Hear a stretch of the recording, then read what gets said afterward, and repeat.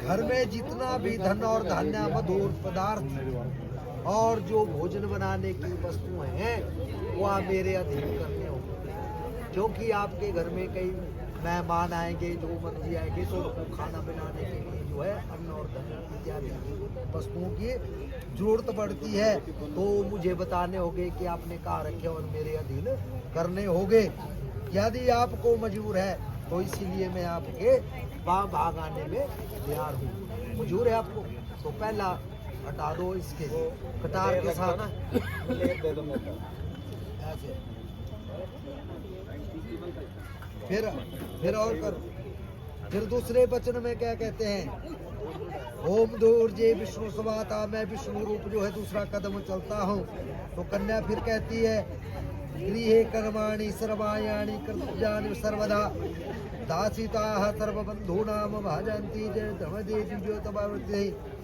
तो दूसरे वचन में कन्या कहती है कि मैं आपके घर के सब काम काज करूंगी, दासी की भांति रहूंगी, भी मीठा बोलूंगी, सास ससुर जेठ ननद आदि की आज्ञा का पालन करूंगी। ये स्वामी आपको स्मरण रहे, याद रहे कि मैं जो है अबला हूँ, आपको मेरा पालन करना होगा। तो यदि आप मेरा पालन करोगे, जब मैं हृष्ट पुष्ट बन जाऊंगी तो तब जो है मैं सबकी सेवा करूंगी। तो सप्तपदा में यह मेरा दूसरा वाक्य है।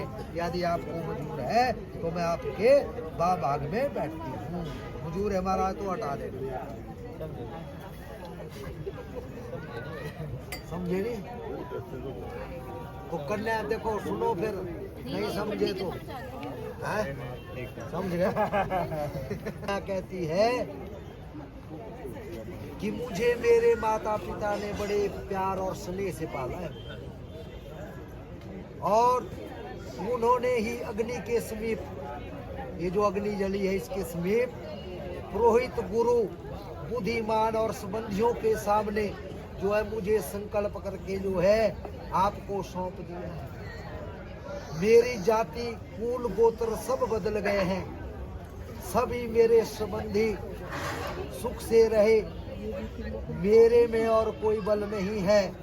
आपके होते हुए स्वामी मैं बलवान हूँ, क्योंकि मेरे में बल नहीं है। अगर आप मेरा साथ देते हैं तो मैं बलवान बन जाऊंगी। आपने मेरा पालन करना होगा। यदि आपको स्वीकार है तो मैं आपके भाग में आने के लिए तैयार हूँ। आई समझ में? तो हटाओ तीसरा मम्मी के पास। चौथे वचन में फिर क्या कहती है कन्या? गौराराधन तत्परा भविष्यामि तो स्वामिनम कर्तव्यापालनम। तो चौथे वचन में कन्या क्या कहती है कि मैं सब सुख और दुख जो है, जो भी आपके सुख और दुख है उसमें मैं शामिल होंगे, और आपके सुख में सुखी और आपके दुख में दुखी रहा करूंगी। और आपके क्रोध होने पर मैं जो है मीठा वचन बोलूंगी। यदि आप गुस्सा करेंगे तब भी मैं मीठे वचन बोलूंगी।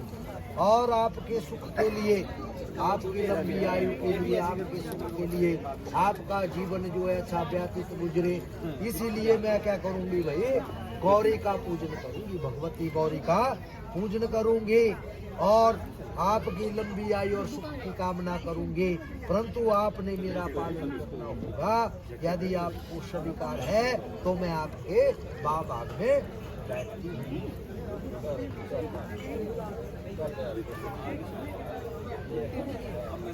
ओम